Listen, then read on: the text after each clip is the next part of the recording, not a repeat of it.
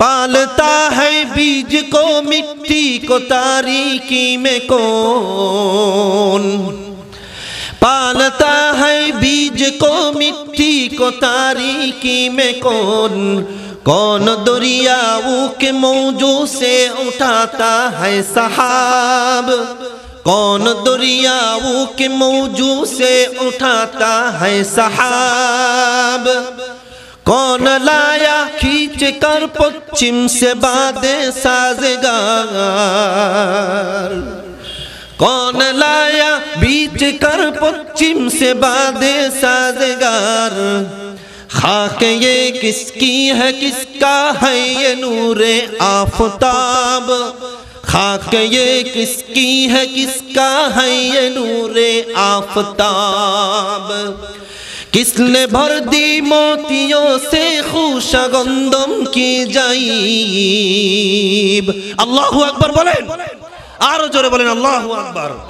किसने भर दी मोतियों से खुशा गंदम की जाइब, मौसमों को किसने सिखलाई ये खुए इनकलाब,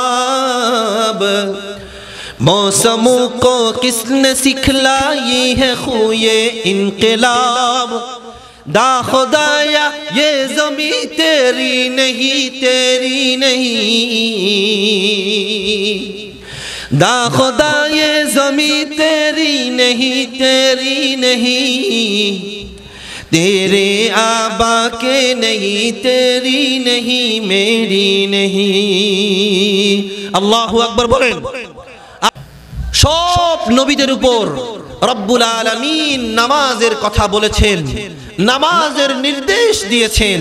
আমাদের নবীকেও রব্বুল আলামিন হাদিয়া স্বরূপ নামাজ প্রতিষ্ঠা করার কথা বলেছে। আর আমাদেরকেও নবী মুহাম্মদুর রাসূলুল্লাহ সাল্লাল্লাহু আলাইহি ওয়াসাল্লাম নামাজ পড়তে বলেছেন। সম্মানিত হাজিরিন, মানুষের শরীরের একটি হক রয়েছে, প্রত্যেকটা মানুষের শরীরের হক রয়েছে। শরীরের হক যেমনি ভাবে খাবার গ্রহণ করতে হবে, তেমনি ভাবে আল্লাহর হক পালন করতে গেলে আদায় করার জন্য নামাজ পড়া ছাড়া অন্য কোনো গতি নাই। কথা বলেন ঠিক কিনা? শরীরের হক কি? আমাকে খাবার খেতে হবে। আমি যদি খাবার খাই তাহলে আমার শরীর সুস্থ থাকবে। আমি যদি পানি আহার করি তাহলে আমি তৃষ্ণার্ত হব না। ঠিক তেমনি ভাবে আল্লাহ রাব্বুল আলামিনের হক অর্থাৎ নামাজ যদি আমরা প্রতিষ্ঠা করি তাহলে কাল কিয়ামতের ময়দানে জান্নাতে যাওয়া আমাদের জন্য সহজ হয়ে যাবে। চিল্লায়া বলেন সুবহানাল্লাহ। আরো জোরে বলেন সুবহানাল্লাহ। আরো জোরে বলেন সুবহানাল্লাহ। নামাজ আমাদেরকে কোন তরিকায়, কোন পদ্ধতিতে, কোন সিস্টেমে পড়তে হবে এটি আমরা এখনো জানি না। এই জন্য আমাদের নামাজ হচ্ছে কি নামাজ হচ্ছে না এই ব্যাপারে আমরা সকলেই এই ব্যাপারে জানি না। অনেকেই এই ব্যাপারে গাফলতি করে। ইসলাহে খুতুবাতের মধ্যে আসছে মুফতি তাকি ওসমানী হাফিজাহুল্লাহ তাআলা, ওনার বাবা শফি রাহমাতুল্লাহি আলাইহি বিখ্যাত আলেম ছিলেন। ওনার বয়স যখন মৃত্যুর দ্বারপ্রান্তে চলে গেল, মুফতি শফি রাহমাতুল্লাহি আলাইহি বললেন, আমার ভয় হয় আমি মাঝে মাঝে কিতাব নিয়ে বসে যাই আর কিতাব মুতালা করি, দেখি আমার নামাজ আসলে এত বছর যা পড়েছিলাম এই নামাজ ঠিক আছে কিনা, এই নামাজ রসুলের তরিকা মতন হচ্ছে কিনা, এই নামাজ রসুলের তরিকা অনুযায়ী সিস্টেম অনুযায়ী হচ্ছে কিনা। আমি মাঝে মাঝে এই কিতাব নিয়ে এই জন্য বসি। সম্মানিত হাজিরিন, আজকে আমরা নামাজ রসুলের তরিকায় পড়ছি না, আমরা নামাজকে নামাজের মতন পড়ছি না। বিধায় আমাদের কোনো কাজে, আমাদের কোনো কর্মে, আমাদের রাষ্ট্রীয় জীবনে আমাদের পারিবারিক জীবনে শান্তির জায়গায় শুধুই মাত্র অশান্তি। কথা বলেন ঠিক কিনা? নামাজ শিখার দরকার আছে না নাই? নামাজের জন্য সর্বপ্রথম আমাদেরকে অজু শিখতে হবে। অজু যদি কারো না থাকে, অজু যদি কারো না হয়, তার নামাজ হবে? মিফতাহুস সালাহ, নামাজের চাবি হচ্ছে আল ওযু। নামাজের চাবি হচ্ছে অজু। কারো অজু যদি ঠিক না থাকে, অজু যদি না হয়, তাহলে ওই ব্যক্তির নামাজ হবে? আরো জোরে চিল্লায় বলেন, নামাজ হবে? নামাজ হবে না। এই জন্য বাবারা আমার, অজু শিখা দরকার, অজু বেশি বেশি করা দরকার। হাদিসে পাকের মধ্যে আসছে, কোন ব্যক্তি যখন অজুর নিয়ত করবে, অজু করা শুরু করবে, অজু যখন সে শুরু করে, হাত যখন ধৌত করা শুরু করে, তখন আল্লাহ পাক রব্বুল আলামিন হাতের সগীরা গুনাহগুলো রব্বুল আলামিন হাতের সগীরা গুনাহগুলো ঝরিয়ে দেন। যখন মুমিন মুসলমান নামাজের জন্য অজু করে, যখন মুখমণ্ডল ধৌত শুরু করে দেয়, তখন চোখের গুনাহগুলো, চোখের সগীরা গুনাহগুলো রব্বুল আলামিন অজুর পানির সাথে ঝরিয়ে দেন। বলেন সুবহানাল্লাহ। যখন হাত ধৌত করতে থাকে, তখন আল্লাহ রব্বুল আলামিন হাতের সগীরা গুনাহগুলো ঝরিয়ে দেন। যখন পা গুলো ধৌত করতে থাকে, তখন পায়ের সগীরা গুনাহগুলো আল্লাহ পাক রব্বুল আলামিন সগীরা গুনাহগুলো ঝরিয়ে দেন। হাদিসে পাকের মধ্যে আসছে, রাসূল করিম সাল্লাল্লাহু আলাইহি ওয়াসাল্লাম সাহাবাদেরকে ডেকে ডেকে বললেন, ও আমার সাহাবারা, তোমাদেরকে কাল কিয়ামতের ময়দানে আমার উম্মত হওয়ার কারণে তোমাদেরকে আল্লাহ পাক রব্বুল আলামিন জান্নাত দান করবে। সাহাবায়ে কেরাম রাসূলকে প্রশ্ন করলেন, ও আমার আল্লাহর হাবিব, ও আল্লাহর হাবিব, ও আল্লাহর নবী, এত মানুষের ভিতরে আপনার উম্মত আমাদেরকে আল্লাহ পাক কিভাবে চিনবে? প্রশ্ন হয় কি হয় না? প্রশ্ন হয় না? দুনিয়ার মধ্যে কোটি কোটি কোটি কোটি মানুষ কাল কিয়ামতের ময়দানে যখন একত্রিত হয়ে যাবে, তখন আমাদেরকে কিভাবে আল্লাহ পাক রব্বুল আলামিন চিনবেন? সেই কথাই রাসূল করিম সাল্লাল্লাহু আলাইহি ওয়াসাল্লাম দ্ব্যর্থহীন ভাষায় বলেন, ও আমার সাহাবীরা, তোমরা যারা নামাজের জন্য 5 ওয়াক্ত নামাজের জন্য বারবার ওযু করেছিলে, এই ওযুর কারণে গুররান মুহাজ্জালিনা মিন আসারিল ওযু, এই ওযুর কারণে কাল কিয়ামতের ময়দানে তোমাদের চেহারাগুলো, তোমাদের হাতগুলো, তোমাদের পাগুলো, তোমাদের কপালগুলো নূরে নূরান্বিত হতে থাকবে। কথা বলেন ঠিক কিনা? কাল কিয়ামতের ময়দানে আমাদের কপালগুলো, আমাদের চেহারাগুলো শুভ্র হয়ে যাবে। রাসূল করিম সাল্লাল্লাহু আলাইহি ওয়াসাল্লাম সাহাবাদেরকে ডেকে ডেকে বললেন, ও আমার সাহাবারা, তোমরাই বলো, লক্ষ লক্ষ ঘোড়ার মধ্যে যদি এমন কিছু ঘোড়া থাকে যাদের পা গুলো সাদা, যাদের চেহারাগুলো, যাদের কপালগুলো সাদা হয়ে রয়েছে, তাহলে কি তোমরা সেই ঘোড়াদেরকে চিনবে? সেই ঘোড়াগুলোকে কি তোমরা চিনবে? সাহাবায়ে কেরাম রাদিয়াল্লাহু তাআলা আনহু বললেন, হ্যাঁ আল্লাহর হাবিব, ওই ঘোড়াগুলোকে আমরা চিনবো। বলে, হ্যাঁ হ্যাঁ হ্যাঁ, কিয়ামতের ময়দানে তোমাদেরও যারা নামাজি, তোমরা যারা বেশি বেশি ওযু করো, কাল কিয়ামতের ময়দানে তোমাদেরও চেহারা, তোমাদের হাত, তোমাদের পা গুলো সাদা দবদবা হয়ে যাবে, নূরে নূরান্বিত হতে থাকবে, নূর দিয়ে চমকাতে থাকবে। আল্লাহ পাক ওই সমস্ত মুমিন, মুমিনান, মুমিনিনদেরকে, ওই সমস্ত বান্দা এবং বান্দীদেরকে ডেকে ডেকে ডেকে ডেকে আল্লাহ পাক জান্নাতে ঢুকায় দিবে। আর জোরে বলেন সুবহানাল্লাহ। তাহলে ওযুর দরকার আছে না নাই? তাহলে নামাজের জন্য শর্ত কি? আর জোরে বলেন, নামাজের জন্য শর্ত কি? ওযু।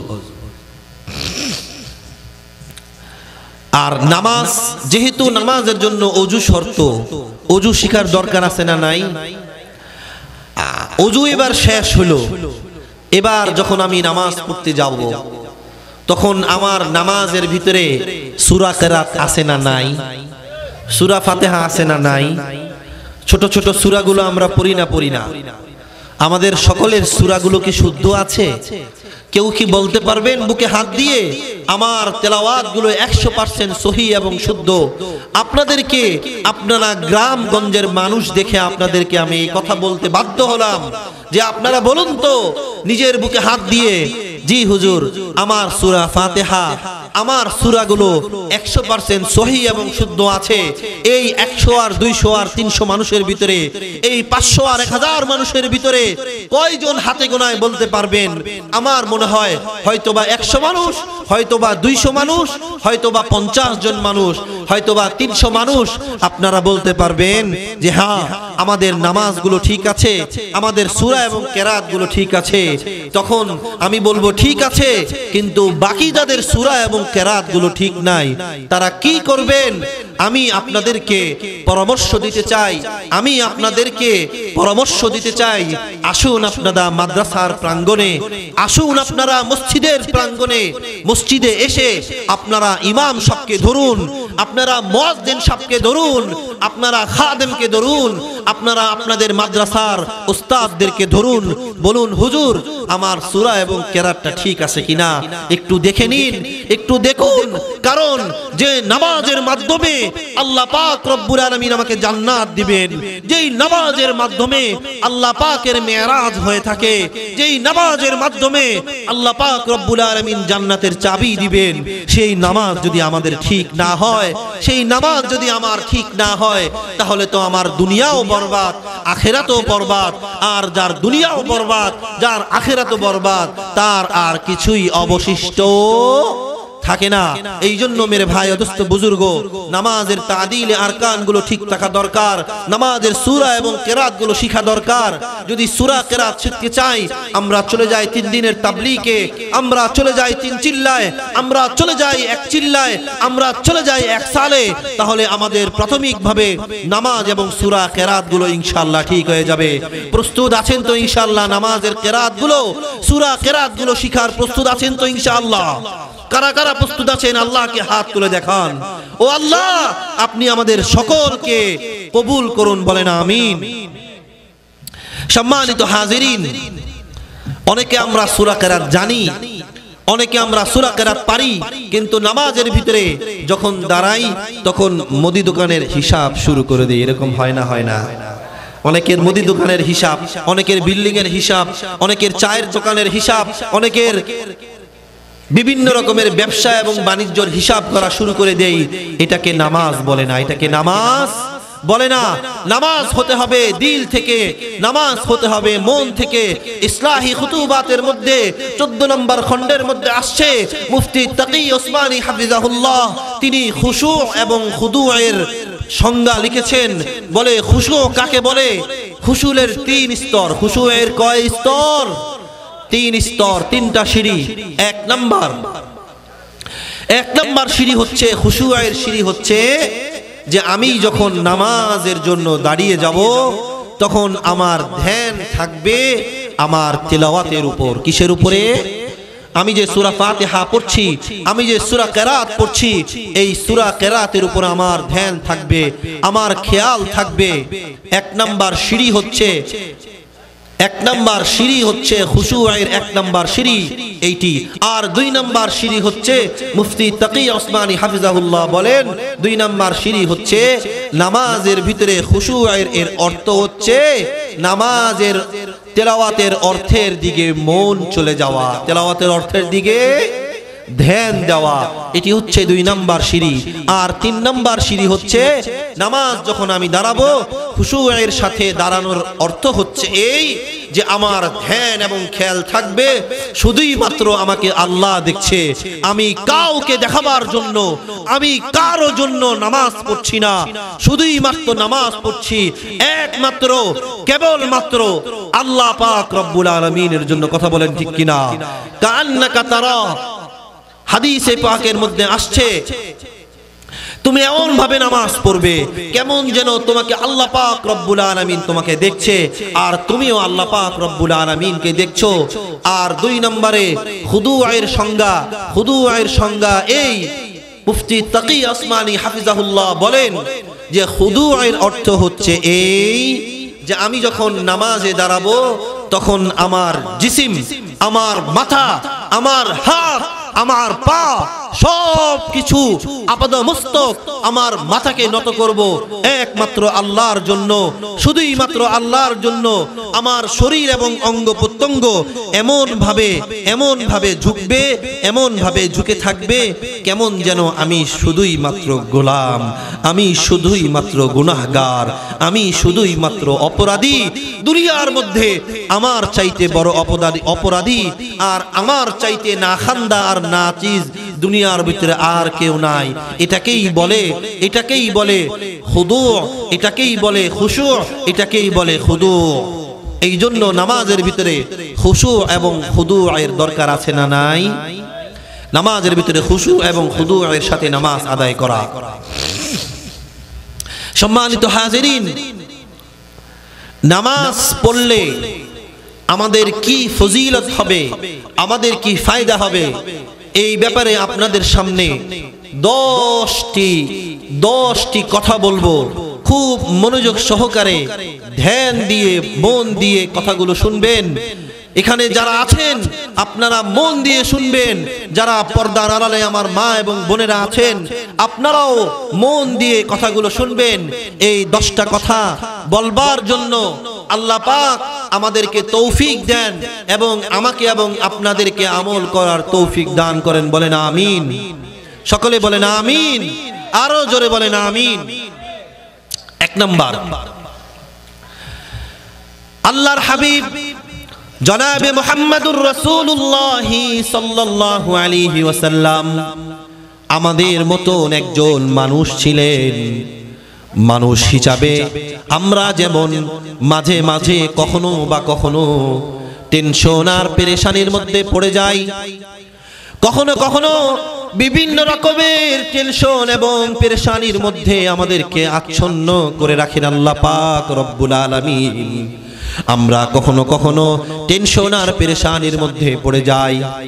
ঠিক তেমনি রাসূল করিম সাল্লাল্লাহু আলাইহি ওয়াসাল্লাম বিভিন্ন রকমের টেনশন আর পেরেশানির মধ্যে যখন পড়ে যেতেন, হাদিসে পাকের মধ্যে আসছে কানা ইযা হাযাবাহুল আমর ফাযা ইলাস সালাহ আও কামা ক্বালা আলাইহিস সালাতু ওয়াস সালাম। রাসূল করিম সাল্লাল্লাহু আলাইহি ওয়াসাল্লাম যখন কোনো পেরেশানির মধ্যে পড়ে যেতেন, সাথে সাথে নামাজের মাধ্যমে আল্লাহ পাক রব্বুল আলামিনের কাছে ওই পেরেশানিগুলো নামাজের মাধ্যমে আল্লাহ পাকের কাছে ওই পেরেশানগুলো দূর করে নিতেন। নামাজের মাধ্যমে আল্লাহর হাবিব মুহাম্মদুর রাসূলুল্লাহ সাল্লাল্লাহু আলাইহি ওয়াসাল্লাম সব পেরেশানিগুলো সব সমাধান করে নিতেন। আর আমাদের পেরেশানি হলে, আমরা পেরেশানির মধ্যে পড়ে গেলে, রোগের মধ্যে আক্রান্ত হয়ে গেলে, পেরেশানির মধ্যে পড়ে গেলে যাই হচ্ছে ওই বাবার দরবারে। কথা বলেন ঠিক কিনা? বাবার দরবারে যায় না? এরকম লোক আছে আপনাদের এই এলাকায়? আছে না? পেরেশানির মধ্যে পড়ে গেলেই বাবার কাছে দৌড়ায়, পেরেশানির মধ্যে পড়ে গেলেই হুজুরের কাছে দৌড়ায়, পেরেশানির মধ্যে পড়ে গেলেই কবিরাজের কাছে দৌড়ায়, পেরেশানির মধ্যে পড়ে গেলেই ওই সেখানে তাবিজ নেওয়ার জন্য দৌড়ায়। আর আল্লাহর হাবিব যখন এই পেরেশানির মধ্যে পড়ে যেতেন, সাথে সাথে নামাজে দাঁড়ায় যাইতেন। আর নামাজের মাধ্যমে ওই পেরেশানিগুলো আল্লাহ রাব্বুল আলামিনের কাছ থেকে নামাজের মাধ্যমে, সবরের মাধ্যমে ওই পেরেশানিগুলো সব কিছু সমাধান করে নিতেন। বলেন সুবহানাল্লাহ।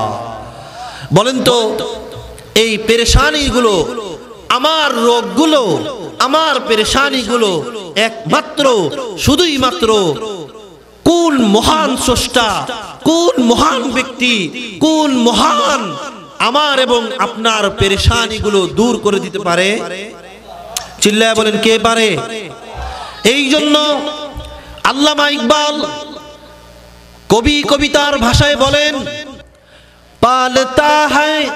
पालता है बीज को मिट्टी को तारीकी में कौन, पालता है बीज को मिट्टी को तारीकी में कौन दरियाओं के मौजों से उठाता है सहाब, कौन दरियाओं के मौजों से उठाता है सहाब, कौन लाया खींच कर पश्चिम से बादे साज़गार, कौन लाया बीच कर पश्चिम से बादे साज़गार, खाक ये किसकी है किसका है ये नूरे आफ़ताब, खाक ये किसकी है किसका है ये नूरे आफ़ताब, किसने भर दी मोतियों से खुशा गंदम की जाइब। अल्लाहु अकबर बोलें, आरो जोरे बोलें अल्लाहु अकबर। किसने भर दी मोतियों से खुशा गंदम की जाइब, मौसमों को किसने सिखलाई ये खुए इनकलाब, मौसमों को किसने सिखलाई है खुए इनकलाब, दा खुदाया ये ज़मीं तेरी नहीं तेरी नहीं, दा खुदा ये ज़मीं तेरी नहीं तेरी नहीं, तेरे आबा के नहीं तेरी नहीं मेरी नहीं। अल्लाहु अकबर बोलें। जमीन के सृष्टि करेছে, आरो जोरे बोलें के सृष्टि करेছে, ए आसमान के सृष्टि करेছে, आकाशेर ओई मेघाच्छन्न के करें, आरो जोरे बोलें के करें, কোন মহান স্রষ্টা পশ্চিম দিক থেকে টেনে টেনে আমাদেরকে বাতাস দিয়ে আমাদের শরীরকে প্রশান্তি দান করেন। এই জমিন কার? এই জমিন কার? শুধুই মাত্র আল্লাহর। মেরে ভাই দোস্ত বুজুর্গ, তাহলে রোগ শোক পেরেশান এবং টেনশনের মধ্যে যদি আমরা পড়ে যাই, তাহলে কার কাছে চাইবো? কিসের মাধ্যমে চাইবো? নামাজের মাধ্যমে চাইবো। নামাজ পড়বেন তো ইনশাআল্লাহ। আমার কাছে আপনারা মন থেকে দিল থেকে এরকম কয়েকজন হাত উঠান, ওয়াদাবদ্ধ হন, হুজুর জীবনে অনেক বছর, জীবনে বহুদিন, বহু রাত, বহুদিন আমি নামাজ পড়ি নাই, ইনশাআল্লাহ আজ থেকে মৃত্যু পর্যন্ত নামাজ এক ওয়াক্ত তরক করব না। হাত উঠিয়ে আপনারা দেখান, ওয়াদা করেন, ওয়াদা করেন, ওয়াদা করেন। আল্লাহ রাব্বুল আলামিন আমাদের সকলকে নামাজি হিসাবে কবুল করুন, বলেন আমিন। আরো জোরে বলেন আমিন। তাহলে এক নাম্বার কথা, নামাজের মাধ্যমে আমাদের সমস্ত পেরেশানিগুলো আমরা দূর করে নিব ইনশাআল্লাহ। দুই নাম্বার কথা, আচ্ছা বলেন, কিয়ামতের ময়দানে আমি যদি নূরের একটি প্যাকেট হয়ে যাই, তাহলে আমার এটা লাভ না লস? কিয়ামতের ময়দানে যদি আপনি নূরের একটা প্যাকেট হয়ে যান, তাহলে আপনার কোনো হিসাব হবে? কোনো হিসাব হবে? আল্লাহ পাক রব্বুল আলামিন ওই সমস্ত ব্যক্তিদেরকে কিয়ামতের ময়দানে নূর বানায় দিবেন, ওই সমস্ত ব্যক্তিদেরকে নূরে নূরান্বিত বানায় দিবেন যারা ৫ ওয়াক্ত নামাজ জামাতের সাথে আদায় করবে। আর এই নামাজ কিয়ামতের ময়দানে তার জন্য নূর হয়ে যাবে, তার জন্য এই নামাজ কাল কিয়ামতের ময়দানে সাক্ষী হয়ে যাবে। হাদিসে পাকের মধ্যে আসছে, রাসূল করিম সাল্লাল্লাহু আলাইহি ওয়াসাল্লাম বলেন, আত-তুহুরু শাতরুল ঈমান والحمد لله تملأ الميزان وسبحان الله والحمد لله تملأ أو تملأان ما بين السماء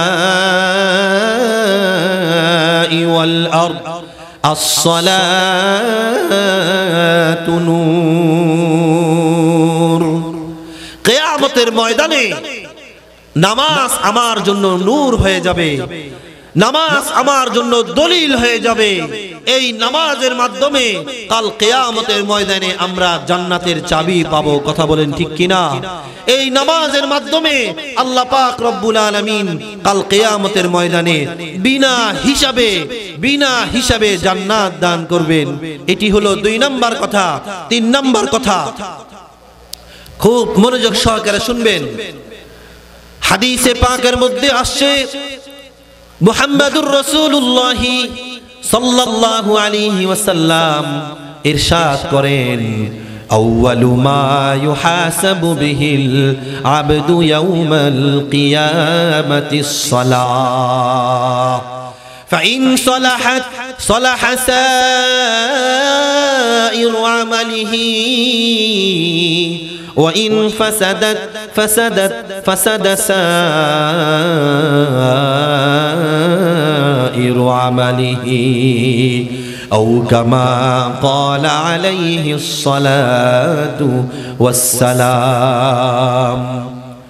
رسول كريم صلى الله عليه وسلم বলেন, কাল কিয়ামতের ময়দানে দুনিয়ার জমিনে আমি কোন ব্যক্তিকে সাহায্য আর সহযোগিতা করেছি সেই হিসাব নেওয়া হবে না। দুনিয়ার জমিনে আমি কোন ভালো কাজ করেছি সেই হিসাব নেওয়া হবে না। হিসাব নেওয়া হবে, তবে সর্বপ্রথম নামাজের হিসাব নেওয়া হবে। সর্বপ্রথম আল্লাহ রাব্বুল আলামিন নামাজের হিসাব নেবেন। যদি নামাজের হিসাব ঠিকঠাক মতন দিতে পারি, নামাজের হিসাব যদি ঠিকঠাক মতন হয়ে থাকে, ফাইন সালাহাত সালাহা সাইরু আমালিহি ওয়া ইন ফাসাদা সাইরু আমালিহি। রব্বুল আলামিনের কাছে সর্বপ্রথম নামাজের হিসাব নেওয়া হবে। যদি নামাজের হিসাব বান্দা ঠিক মতন দিতে পারে, আর আল্লাহ পাক রব্বুল আলামিন যদি হিসাব নিয়ে বান্দার নামাজের হিসাব ঠিকঠাক মতন পায়, তাহলে বান্দার সমস্ত আমল আল্লাহ পাক রব্বুল আলামিনের কাছে গ্রহণযোগ্য হবে। আর যদি নামাজের হিসাব এদিক সেদিক চলে যায়, তাহলে সমস্ত আমল বরবাদ হয়ে যাবে, সমস্ত আমল বরবাদ হয়ে যাবে। সুতরাং মুমিন এবং মুসলমানের জন্য সর্বপ্রথম নামাজ পড়া জরুরি আর ফরজ। নামাজ যদি কোনো ব্যক্তি তরক করে আর ছেড়ে দেয়, তাহলে দুনিয়ার জমিনেও সে ধোঁকার মধ্যে পড়ে থাকলো, আর ওই কিয়ামতের ময়দানেও লাঞ্ছিত আর বঞ্চিত হতে থাকবে। কথা বলেন ঠিক কিনা? আল্লাহর হাবিব জনাবে মুহাম্মাদুর রাসূলুল্লাহ সাল্লাল্লাহু আলাইহি ওয়াসাল্লাম সাহাবাদেরকে ডেকে ডেকে বলেন, লাউ আন্না নাহরান বিবাবি আহাদিকুম, ওগো আমার সাহাবীরা, তোমাদের ঘরের দরজার সামনে যদি একটি নদী থাকে, নদী, হাল ইয়াগতাসিলু ফীহি কুল্লা ইয়াউমিন খামসা, আর ওই নদীর মধ্যে যদি প্রতি 5 বার তোমরা গোসল করো, ওগো আমার সাহাবীরা বলো তো, হাল ইয়াবকা মিন দারনিহি শাই, বলো তো তোমাদের শরীরের মধ্যে কোনো ময়লা থাকবে কিনা? সাহাবায়ে কেরাম রাদিয়াল্লাহু তাআলা আনহু আল্লাহর হাবিবের প্রশ্নের জবাবে পরিষ্কার ভাষায় বলে দিচ্ছেন, লা ইয়াবকা মিন দারনিহি শাই, ওগো আল্লাহর নবী, না না না, কোনো ময়লা বাকি থাকবে না। আল্লাহর হাবিব জনাবে মুহাম্মাদুর রাসূলুল্লাহ সাল্লাল্লাহু আলাইহি ওয়াসাল্লাম দারতহীন ভাষায় বলে দেন, ফাযালিকা মিসলুস সালাওয়াতিল খামসি ইয়ামহুল্লাহু বিহিন্নাল খাতায়া।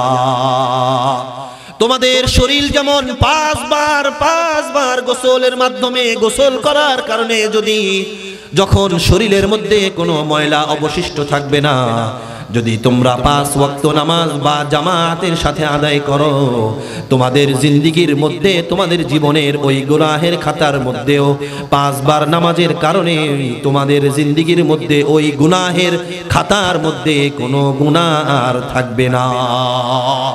সব গুনাহকে মাফ করে দিবেন, আল্লাহ মাফ করে দিবেন। নামাজ পড়বেন তো ইনশাআল্লাহ? নামাজ পড়বেন তো ইনশাআল্লাহ। রাসূলুল্লাহ সাল্লাল্লাহু আলাইহি ওয়াসাল্লাম বলেন, কানা লাহু আহদুন ইনদাল্লাহি আন ইয়াদখুলাহুল জান্নাহ। কোন ব্যক্তি যখন 5 বার নামাজ আদায় করতে আসবে মসজিদে পায়ে হেঁটে হেঁটে, আল্লাহ পাক ওয়াদা দিয়েছেন তাকে কাল কিয়ামতের ময়দানে সোজা জান্নাতে ঢুকায় দিবেন। বলেন সুবহানাল্লাহ। রাসূল করিম সাল্লাল্লাহু আলাইহি ওয়াসাল্লাম আরো বলেন, মান গাদা ইলাল মসজিদে আও রাহা আ'আদাল্লাহু লাহু নুজুলাহু কুল্লামা গাদান আও রাহা। কোন ব্যক্তি যখন 5 ওয়াক্ত নামাজ বা জামাতের সাথে আদায় করবে, রব্বুল আলামিন ততবার ওই বান্দার জন্য জান্নাতে মেহমানদারির ব্যবস্থা করে রাখবেন। বলেন সুবহানাল্লাহ। নামাজ পড়বেন তো ইনশাআল্লাহ, নামাজ পড়বেন তো ইনশাআল্লাহ। আল্লাহ পাক রব্বুল আলামিন আমাদের সকলকে যতটুকু কথা হয়েছে, আলোচনা হয়েছে নামাজের গুরুত্ব সম্পর্কে, নামাজের ফায়দা সম্পর্কে যতটুকু আলোচনা হয়েছে, সর্বপ্রথম আমাকে আমল করার সাথে সাথে আপনাদের সকলকে 5 ওয়াক্ত নামাজ জামাতের সাথে পড়বার তৌফিক দান করুন। সকলে বলেন আমিন। আরো জোরে বলেন আমিন। ওয়া মা তৌফিকি ইল্লা বিল্লাহ।